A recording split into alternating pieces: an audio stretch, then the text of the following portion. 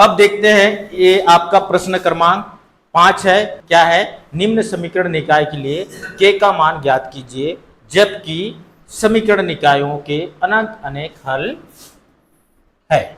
समझ में आ रहा है ना? मैं बता चुका हूं आप लोगों को अद्वितीय हल के लिए शर्त बताया हूं ना, और कोई भी हल नहीं है समीकरण का या समीकरण निकाय का, कोई भी हल नहीं है, बता चुका हूं। शर्त क्या है ना? उसके बाद तीसरा है समीकरण निकायों के क्या अनंत अनेक हल हैं। इसके लिए भी शर्त आप लोगों को बता चुका हूं, है ना? तो इसी आधार पे शर्त याद रहना चाहिए आपको। समझ में आ रहा है ना? ठीक है। जहां अनंत अनेक हल है वहां पर कोई भी हल है, कोई भी हल नहीं है, उसका लगाओगे तो आपका सवाल क्या हो जाएगा? गलत हो जाएगा। आपका जो 4 नंबर है वो 0 में आके लटक जाएगा। समझ में आ रहा है ना? इसलिए आपको जो सूत्र है ना, गणित का सबसे बेसिक है सूत्र। अगर आप जो सूत्र वहां लगाना चाहिए उसकी जगह कोई दूसरा सूत्र लगा दिए तो आपका सवाल गलत हो जाएगा। ठीक है। तो क्या है जी? समीकरण है 2x + 3y = 7, है ना? दूसरा समीकरण है k - 1 × x प्लस, है ना? ये कौन सा कोष्टक है? छोटा कोष्टक है। समझ में आ रहा है ना? कोष्टक k + 2 × y, समझ में आ रहा है, बराबर 3k। ये दो समीकरण है। समझ में आ रहा है? इसको हम हल कैसे करेंगे देखो। ठीक है। सबसे पहले क्या करेंगे जी? इसका हम तुलना करेंगे, है ना? रैखिक समीकरण से तुलना करते हैं ना। a1 का मान क्या हो जाएगा? a1 का मान बराबर 2, फिर b1 का मान क्या हो जाएगा जी? 3।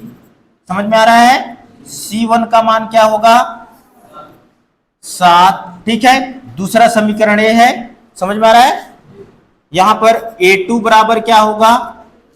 k - 1 होगा। समझ में आया? ये पूरा क्या है? a2 का मान है। ठीक है। x बस नहीं है, वो चर पद है ना। ये पूरा किसका मान है? अचर पद का मान है। ठीक है। b2 का मान क्या हो जाएगा? k + 2। समझ में आ रहा है? फिर c2 का मान क्या हो जाएगा जी? 3k हो जाएगा। समझ में आया? इसके पहले जो भी सवाल बनाए इतना कठिन नहीं था। समझ में आ रहा है ना? इसको देख के दिमाग घूम जाएगा। अगर आप नहीं समझे हो तो समझ जाओगे तो एकदम सरल हो जाएगा। ठीक है। तो किसके लिए हमको ज्ञात करना है जी? ये तुलना कर लिए हम, मानक समीकरण से कर लिए ना। समीकरण निकाय के अनंत अनेक हल के लिए देखो, समीकरण यही ज्ञात करना है ना। समीकरण निकाय के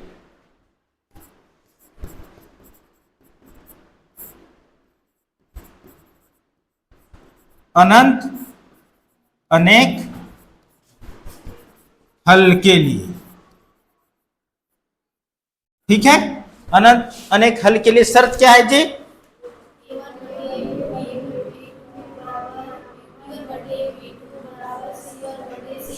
सबका a1/a2 बराबर b1/b2 बराबर c1/c2, सब क्या होंगे?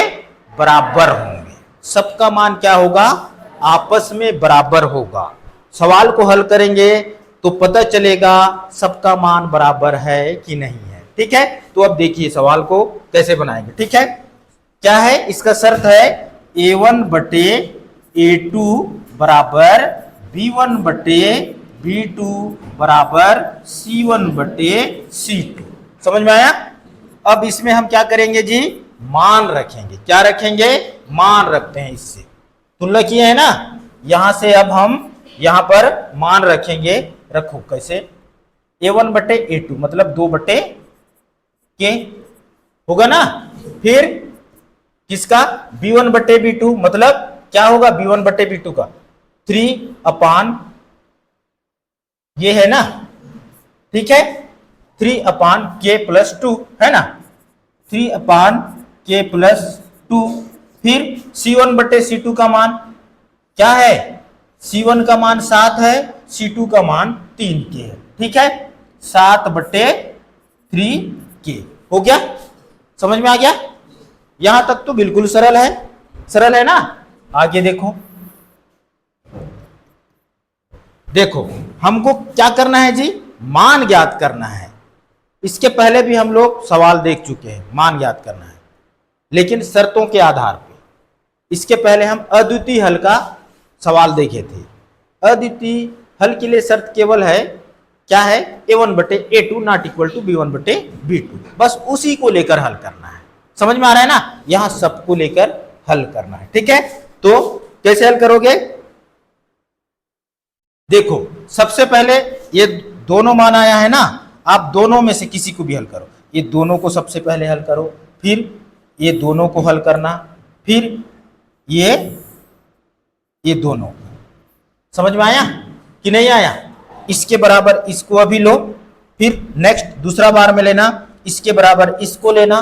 अब इसका और इसका एक जोड़ा नहीं हुआ है ना, तो 2/k बराबर 7/3 के लेना। समझ में आ रहा है? चलो देखो आगे। सबसे पहले a2, a1 का मान 2 है, इसका मान k-1 है ना, किसका मान, इसका मान है k-1 है, किसका मान, a2 का मान। अब देखो इसको लेकर चलते हैं, तो ये हो जाएगा तुम्हारा क्या, 2/k-1 इक्वल टू हो जाएगा 3/k+2 होगा ना। तो अब त्रियक गुणा करते हैं या पक्षांतर कर देते हैं। समझ में आ रहा है ना, यही करेंगे ना, पक्षांतर कर दो, पक्षांतर कर दो। 2 × k+2 इक्वल टू हो जाएगा 3 × k-1 होगा। समझ में आ रहा है ना, ठीक है, गुणा कर दो। ये कोष्टक के बाहर में जो संख्या है वो कोष्टक में जो भी संख्या है सबको क्या करेगा, गुणा करेगा। ये हो जाएगा 2k+2 2 4 होगा ना, 2 दूने 4, 3k ऋण 3 एकम 3। के वाले को एक साइड कर दो और जिसमें के नहीं है उसको एक साइड रख देते हैं, ठीक है। समझ में आ रहा है? ये 2k को उधर ले जाते हैं और इसको इधर लाते हैं, 4 ये ऋण वाला धन हो जाएगा 3। समझ में आ रहा है ना, और इधर हो जाएगा 3k ऋण, क्या होगा जी, ये धनात्मक है, इधर जाकर ऋणात्मक हो जाएगा के। समझ में आया? ये हो गया 7 बराबर इधर क्या बचा, के। समझ में आया? यही पहला समीकरण है, के का मान आ गया ना, यहां से के का मान आ गया। पुनः क्या, अब किसको लेंगे जी, कि 3/k+2 बराबर 7/3 के लेते हैं, ठीक है। पुनः 3/k+2 इक्वल टू 7/3 के लेते हैं। समझ में आया?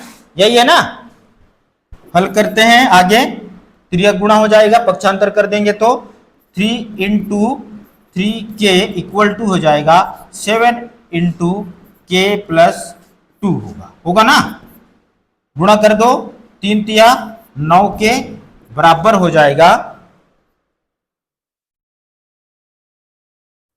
7k धन 7 दूने 14 हो जाएगा, होगा ना। के वाले को एक साइड रख देते हैं, के इस 7k को इधर लाते हैं तो ऋण 7k होगा ना, बराबर 14। फिर घटा दो, 9k में 7k घटा देंगे तो कितना बचेगा, 2k, कितना बचेगा, 2k, ठीक है। ये हो गया 14। समझ में आया? ये 2k के साथ गुणा कर रहा है, उधर जाएगा तो क्या हो जाएगा, k बराबर 14/2 मतलब 7 आ गया, आया ना।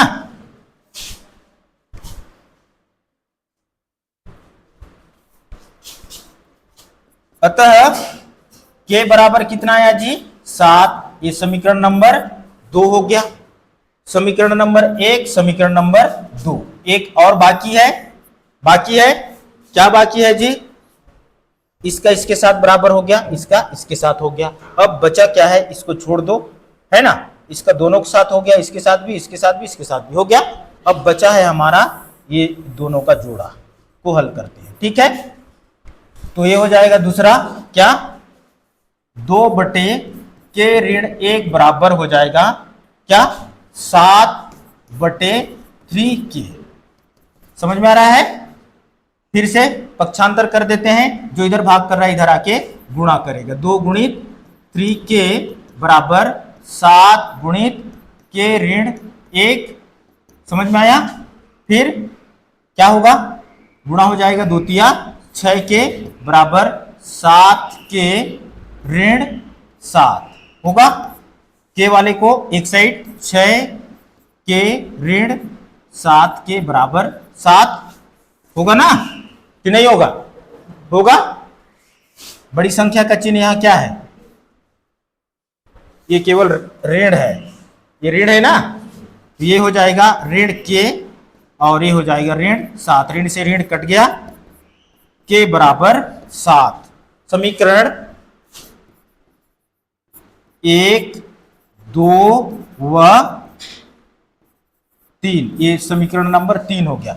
समीकरण 1, 2, 3 है ना, से क्या हो जाएगा, k बराबर 7। यही इसका क्या है, आंसर है। सब का मान बराबर आया, मतलब अनंत अनेक हल है। ठीक है, धन्यवाद।